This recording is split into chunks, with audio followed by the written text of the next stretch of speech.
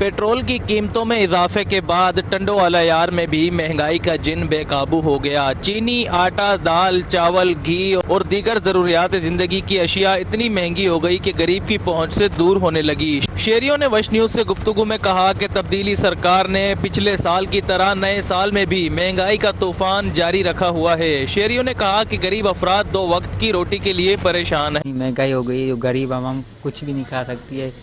आटा, चीनी सब कुछ महंगा बहुत हो रहा है। हम गुजारिश करते हैं कोई सस्ता ही हो जाए तो आपकी बड़ी मेहरबानी होगी।